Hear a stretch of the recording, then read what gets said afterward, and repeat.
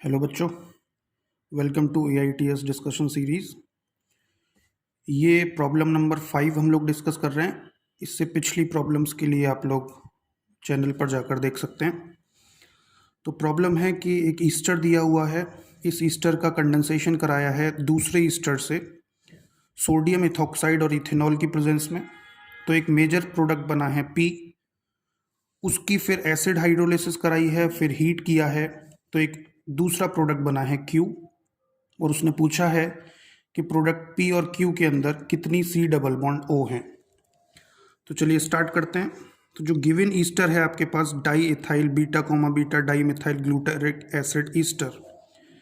इसका स्ट्रक्चर है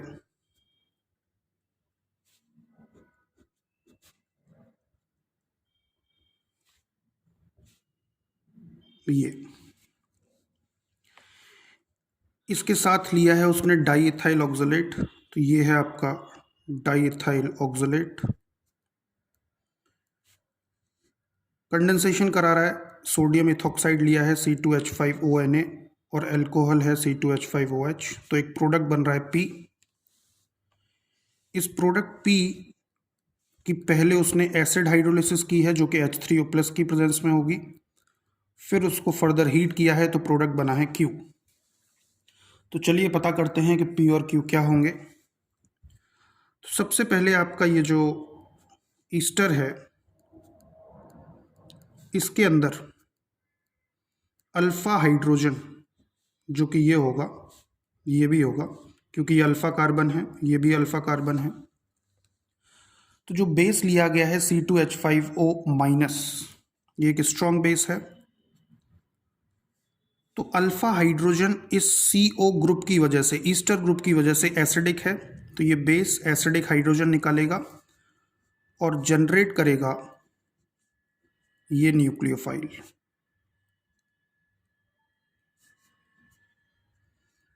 उसके बाद ये जो न्यूक्लियोफाइल है ये गिवन ईस्टर पर जो डाईइथाइल ऑक्सलेट है उस डाईइथाइल ऑक्सलेट के कार्बोनिल वाले कार्बन पर अटैक करेगा और न्यूक्लियोफिलिक एसाइल सब्स्टिट्यूशन होगा जिसमें ये पाई बॉन्ड ब्रेक होगी। ये पाई बॉन्ड जब दोबारा बनेगी तो OC2H5 एक लीविंग ग्रुप है तो ये यहां से लीव हो जाएगा। तो इस प्रोसेस के बाद आपके पास जो कंपाउंड मिलेगा COOC2H5, ये कार्बन इस कार्बन से जुड़ा है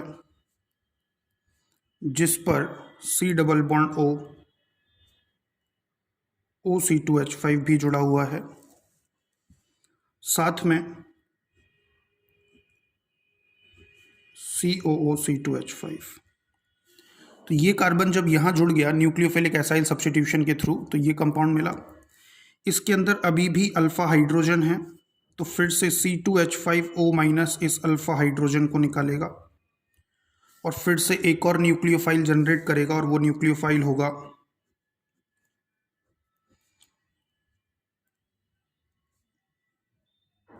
ये वाला।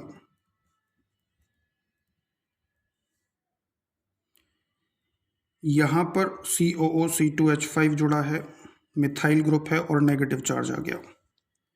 अब ये न्यूक्लियोफाइल इसी मॉलिक्यूल के कार्बोनिल पर फिर से न्यूक्लियोफिलिक एसाइल सब्स्टिट्यूशन करेगा, पाई बॉन्ड ब्रेक होगी, दोबारा बनेगी और OC2H5 यहाँ से निकल जाएगा। तो फाइनली आपके पास जो कंपाउंड मिलेगा वो ये होगा।